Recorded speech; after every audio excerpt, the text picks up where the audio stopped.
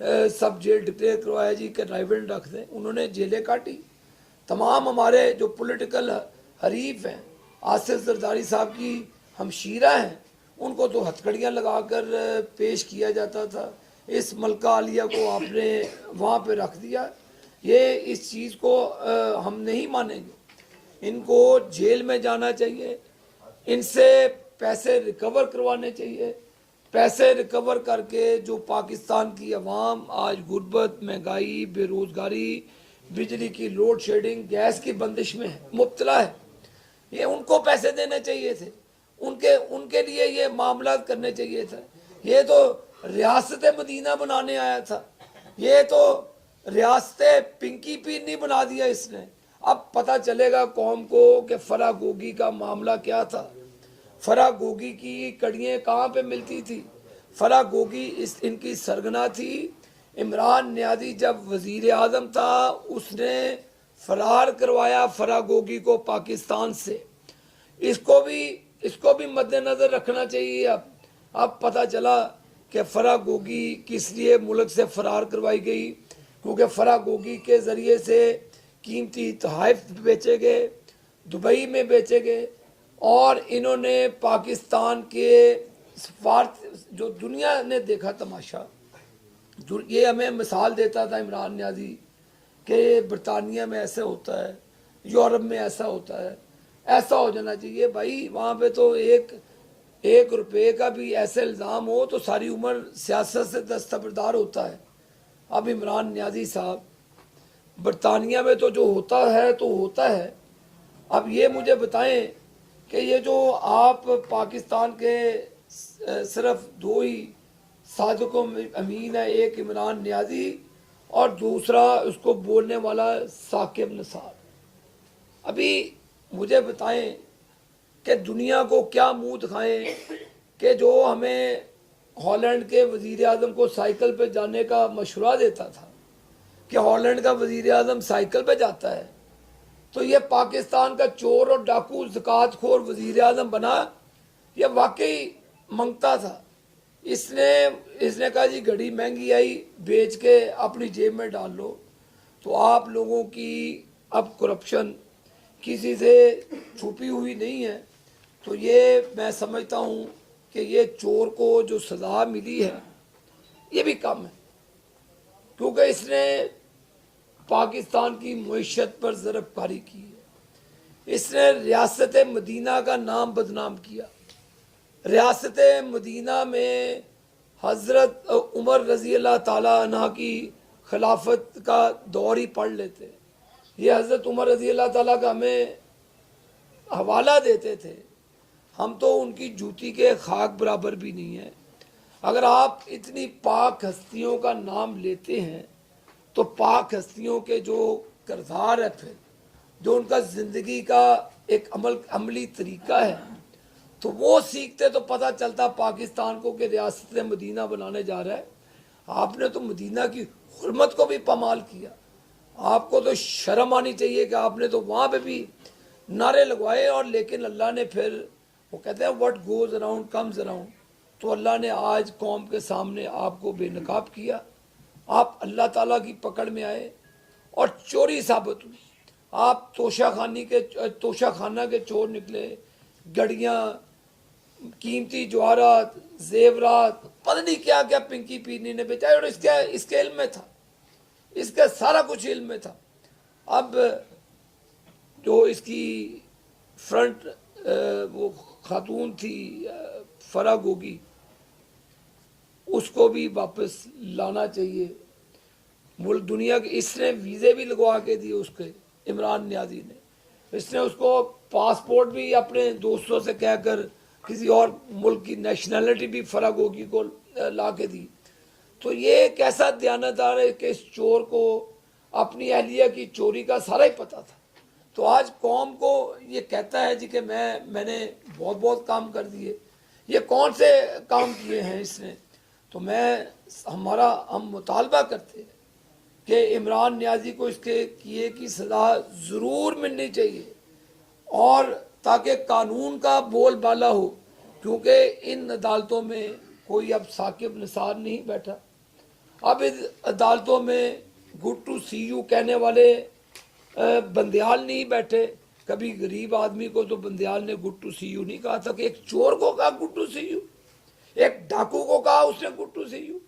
भाई ये कैसी अदलिया है? ये उस वक्त की अदलिया की बात कर रहा हूँ, साकिब निसार की और बंदयाल की अदलिया की, जिससे सईद खोसा की अदलिया की, जिनके बच्चे तालियां मारते थे ऊपर जब पनामे पर नवाज शरीफ को डिस्क्वालीफाई किया गया लाइफ टाइम के लिए, पनामा।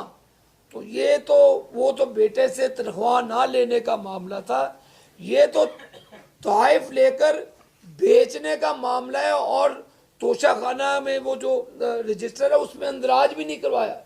इन चोरों डाकुओं ने, इनकी चोरी का तरीका ऐसे है, ऐसे तो वो बैंक में से एटीएम ला के जैसे निशान नहीं मिटाते, इस किस्म के चोर निकले। तो ये इनकी माफ़ी हरगिज़ नहीं होनी चाहिए। ये चोर और डाकू हैं। हम अपनी कारकर्दगी की बुनियाद पर पाकिस्तान की अवाम के पास गए हैं। हम लोगों से नवाज शरीफ साहब की कारकर्दगी की बुनियाद पर वोट मांगते हैं, और दूसरे लंगर खाने खोलने से वोट मांगेंगे, कौम को भिखारी बनाने से, कट्टे पालने से और मुर्गियों के अंडों से वो उन्होंने लोगों से वोट मांगने। हमने नवाज शरीफ के जो कारनामे, जो उन्होंने मुल्क के लिए सी पैक लेकर आए, मोटरवेज बनाई, मुल्क के अंदर बिजली के अंधेरे दूर किए, इस कारकर्दगी की बुनियाद पर हम लोगों से वोट मांगने जाते हैं। और ये पीटीआई तो दहशतगर्द जमात, इन्होंने तो 9 मई का वाकया किया। इस तरह के तो हमले भारत की जरूरत नहीं हुई कि हमारे जो सिक्योरिटी के इदारे हैं, हमारी पाक फौज है जो हमें जान से भी अजीज़ है, उन शोहदा की वर्दियों को इमरान नियाज़ी के भांजे ने डंडे पर लटका कर घुमाया। सब ने देखा, इमरान नियाज़ी के भांजे ने हमारे शोहदा की वर्दियों को लहराया, फिर योद्धा शोहदा की यादगारों पर हमला किया, फिर हमारी आर्म फोर्स, जो हमारी एयर फोर्स है, उनके जहाज़ों पे कब्जा किया। ऐसे था कि जैसे कोई आपने किसी मुल्क पर कब्जा कर लिया, किसी मुल्क पर धावा बोल दिया। और ये हमें कहते हैं जी कि हमें इलेक्शन में नहीं लड़ने देते। जिन लोगों का 9 मई से कोई ताल्लुक नहीं, वो तो इलेक्शन लड़ रहे हैं। फैसलाबाद में आप भी साफ़ी मौजूद हैं, किसी अपने हमने ओपोनेंट को, किसी एक कारकुन को, किसी एक बंदे को भी हमने किसी को पर्चा दिया, किसी को उठाया, बताएं किधर है। अब ऐसे आप करना कि लोगों को आप अपना पेश करते रहे, अब लोगों के सामने पता चल गया कि आप कितने सादिक और अमीन हैं। आपने अरबों रुपए का डाका मारा पाकिस्तान की कौम से। और अब जो गुर्बत है, लोगों की बदुआएं निकलती हैं इमरान नियाज़ी के लिए कि आपने लोगों से 2 वक्त की रोटी भी छीनी।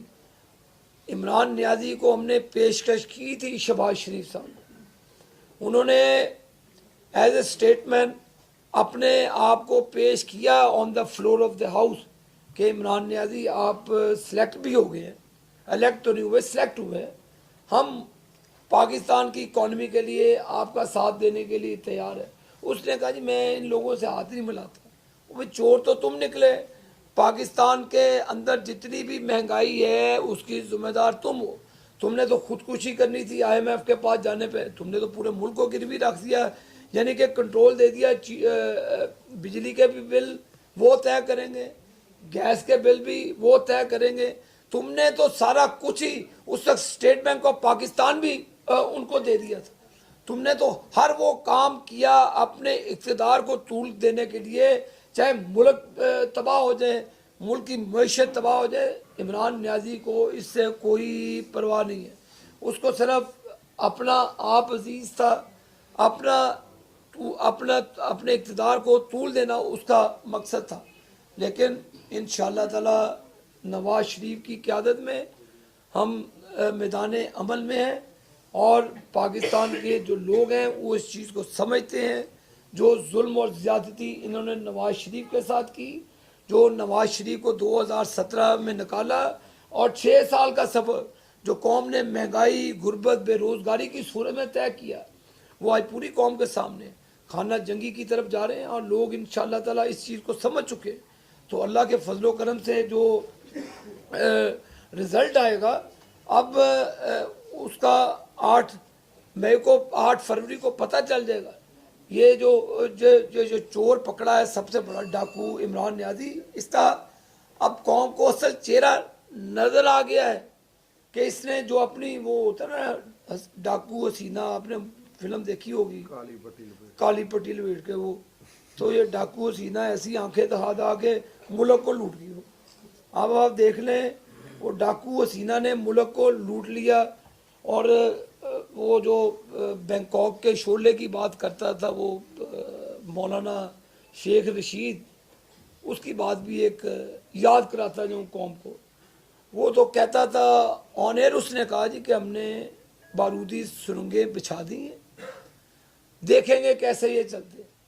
ये थी वो महंगाई की बारूदी सुरंगें जो अपने इक़्तिदार के लिए ये बिछा के दे।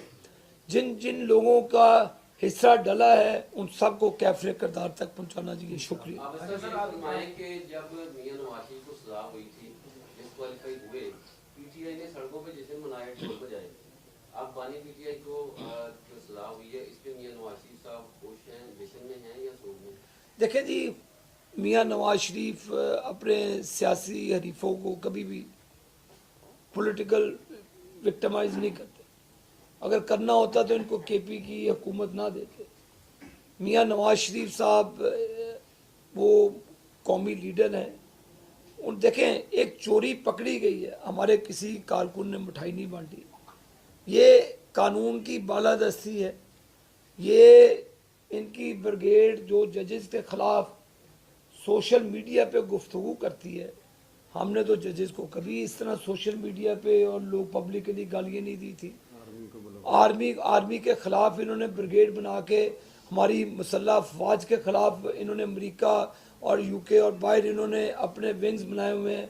और केपीके के अरबों रुपया इन्होंने उन लोगों को तनख्वाहें देते रहे कि आप अपनी पाक फ़ौज के ख़िलाफ़ जहर उगलें, आप अपनी रियासत के ख़िलाफ़ जहर उगलें, और सिर्फ इमेज, सॉफ्ट इमेज बिल्ड करना है इमरान न्याजी का। अब तो वो चीज़ें सबके सामने हैं। ये इसने फ़ौज को कमज़ोर करने की साजिश की। इसने हमें इंडिया, मैंने आपको बार बार कहता हूँ, भारत और दुश्मन हमें कमज़ोर नहीं हमारी फ़ौज को कर सके। ये घर का चोर, घर का डाकू, घर का ये सिलेक्टेड वज़ीर आज़म था।